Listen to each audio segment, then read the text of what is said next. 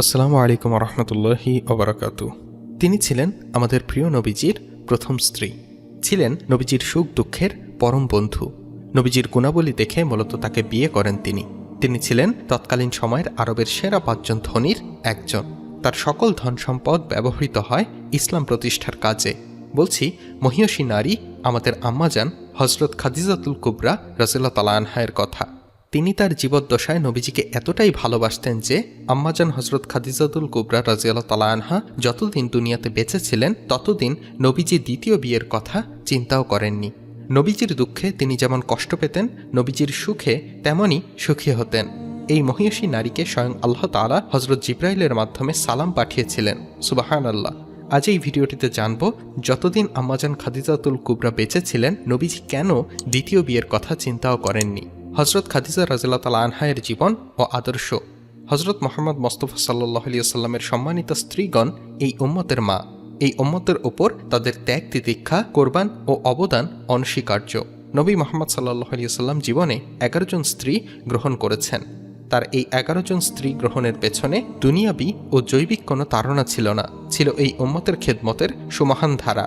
সরল কথায় অল্প ভাষায় যদি যুক্তি উপস্থাপন করতে চাই তাহলে বলবো তার 11 জন স্ত্রীর 10 জনই ছিল বিধবা, স্বামীহারা।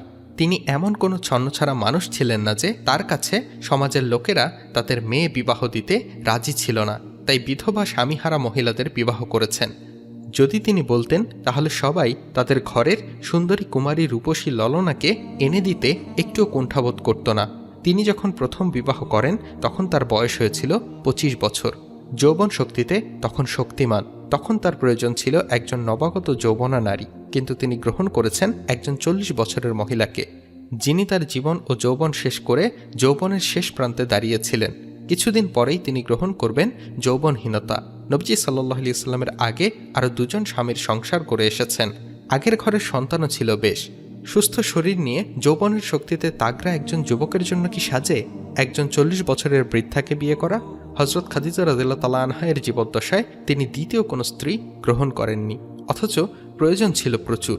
সিরাত গ্রন্থ তারিখুল ইসলামের প্রথম খণ্ডে উল্লেখ আছে ওই সময় বিবাহ করা রাসূল সাল্লাল্লাহু আলাইহি ওয়াসাল্লামের প্রয়োজন ছিল, কারণ তখন ছিল রাসূলুল্লাহ সাল্লাল্লাহু আলাইহি ওয়াসাল্লামের যৌবনের পূর্ণ সময়।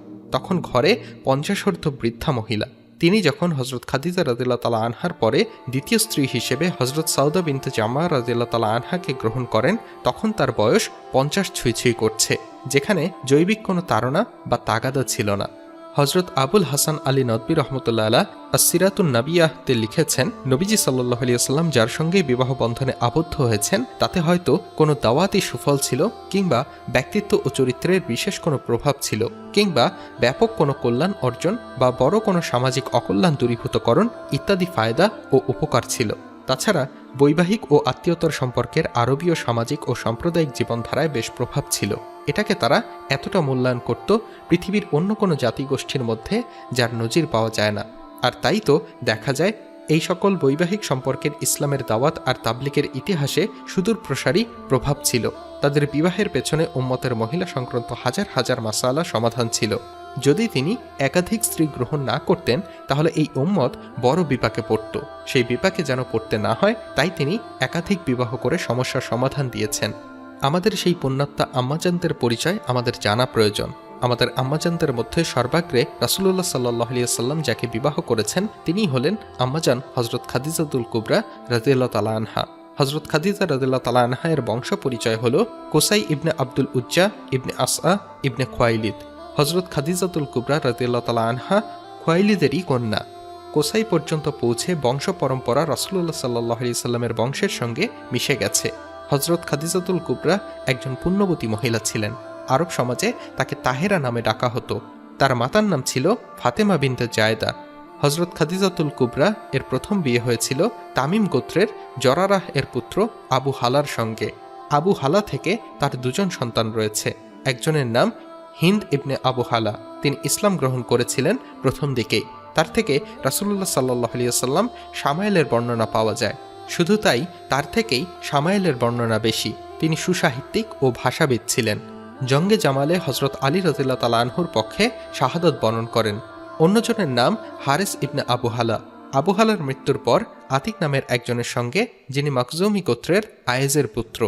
এই আতিক থেকেই তার একজন মেয়ে হয়, তার নামও হিন্দা। আতিকের পরে তিনি হজরত রাসূলুল্লাহ সাল্লাল্লাহু আলাইহি সাল্লামের সঙ্গে বিবাহ বন্ধনে আবদ্ধ হন।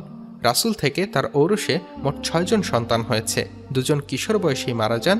যে 2 জন মারা গেছেন তারা ছেলে ছিলেন, তাদের নাম ছিল আবু তাহের ও কাশেম।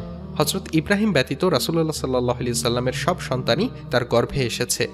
4 জন মেয়ে হল হজরত ফাতেমা রাদিয়াল্লাহু তাআলা আনহা, হজরত জয়নব রাদিয়াল্লাহু তাআলা আনহা, হজরত রোকাইয়া রাদিয়াল্লাহু তাআলা আনহা, হজরত উম্মে কুলসুম রাদিয়াল্লাহু তাআলা আনহা। হজরত খাদিজাতুল কুবরা এর একজন বোন ছিল, নাম ছিল হালা। তিনি ইসলাম ধর্ম গ্রহণ করেছিলেন এবং হজরত খাদিজার পর মৃত্যুবরণ করেছেন।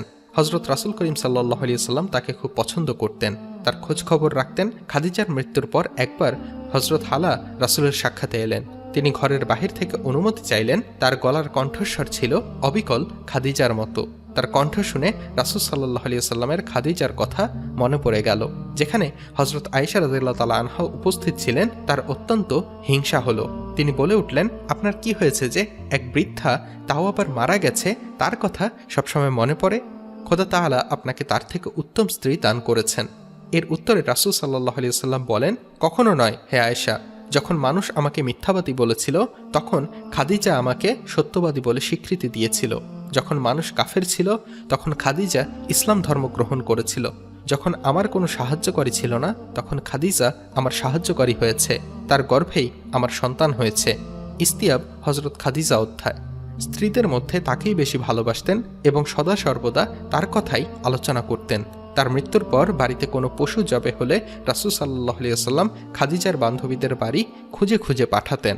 মুসলিমের এক বর্ণনায় আছে, হজরত আয়েশা রাদিয়াল্লাহু তাআলা আনহা বলেন, আমি হজরত খাদিজাকে কখনো দেখিনি, তারপরও তার প্রতি আমার যে হিংসা হয় আর অন্য কারোর প্রতি এত হিংসা হয় না, কেননা রাসূলুল্লাহ সাল্লাল্লাহু আলাইহি ওয়াসাল্লাম সর্বক্ষণ তার কথাই আলোচনা করতেন। একবার আমি হজরতকে খাদিজা প্রসঙ্গে মনে কষ্ট দিলাম, তিনি খুব কষ্ট পেলেন।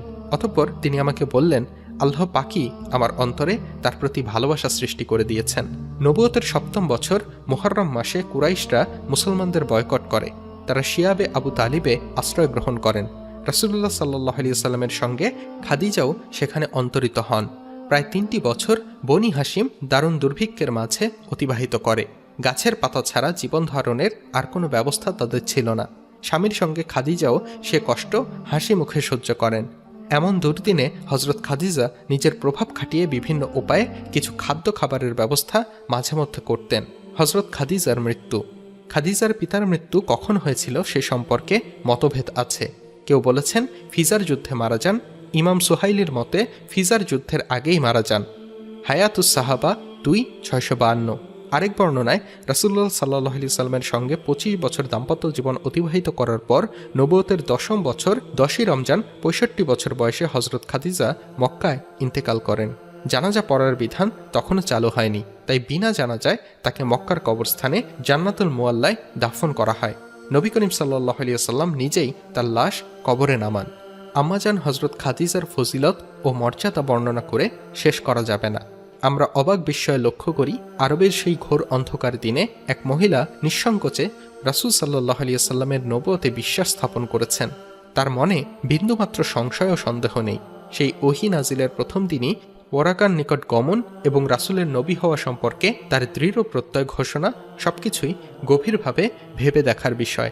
রাসূল সাল্লাল্লাহু আলাইহি ওয়াসাল্লামের নবুয়ত লাভের পর্ব থেকে খাদিজা যে দৃঢ় প্রত্যয় ছিলেন তিনি নবী হবেন, তাই হজরত জিবরাইল আলাইহিস সালামের আগমনের পর ক্ষণিকের জন্য তার মনে কোনো রকম ইতস্তত ভাব দেখা যায়নি। তিনি সঙ্গে সঙ্গে বলে দিলেন, এই তো সেই লোক যা হজরত মুসা সহ অন্যান্য নবীদের নিকট আসছিল। আম্মাজান হজরত খাদিজা রাসূল সাল্লাল্লাহু আলাইহি ওয়াসাল্লামকে যেভাবে জানতেন রাসূল সাল্লাল্লাহু আলাইহি ওয়াসাল্লামও তাকে সেভাবেই জানতেন। হজরত খাদিজার ফজিলত সম্পর্কে বহু হাদিস বর্ণিত হয়েছে। সহিহ বুখারী ও মুসলিমের সূত্রে উল্লেখ করছি, পৃথিবীর শ্রেষ্ঠ মহিলা হল মরিয়ম বিনতে ইমরান খাদিজা বিনতে খুয়াইলিদ। হজরত জিবরাইল আলাইহিস সালাম বসে আছেন রাসূল সাল্লাল্লাহু আলাইহি ওয়াসাল্লামের কাছে। এমন সময় খাদিজা রাদিয়াল্লাহু তাআলা আনহা আসলেন। জিবরাইল আলাইহিস সালাম রাসূল সাল্লাল্লাহু আলাইহি ওয়াসাল্লামকে বললেন, তাকে স্বর্ণ হীরামতি পান্নার তৈরি একটি বেহেশতি মহলের সুসংবাদ দিলাম। এ ছিলেন হজরত খাদিজা রাদিয়াল্লাহু তাআলা আনহা। তিনি গোটা উম্মতের জন্য আদর্শ হয়ে থাকবেন কিয়ামত পর্যন্ত। আর এভাবেই প্রিয় স্বামীকে ভালোবেসেছেন আমাদের আম্মাজান। এই আদর্শটা যদি আজকের মা বোনরা গ্রহণ করত, তবে সংসারে অশান্তি দূর হয়ে যেত, কমে যেত, বিলুপ্ত হতো ডিভোর্স। আম্মাজান খাদিজাতুল কুবরা রাদিয়াল্লাহু তাআলা আনহা সকল নারীদের জন্য আদর্শ। যখনই এই আদর্শ গ্রহণ করবে, আল্লাহ তাআলা তাদের জীবন সুখী করে দেবেন ইনশাআল্লাহ। আল্লাহ তাআলা আমাদের মা বোনদের স্বামী ভক্ত বানিয়ে দিন, সেই সাথে আম্মাজান খাদিজাতুল কুবরার মতো তাদের অন্তরে স্বামীর প্রতি ভালোবাসা তৈরি করে দিন, আমিন। ভিডিওটি ভালো লাগলে শেয়ার দিয়ে অন্য ভাই বোনদের দেখার সুযোগ করে দিন। আল্লাহ হাফেজ।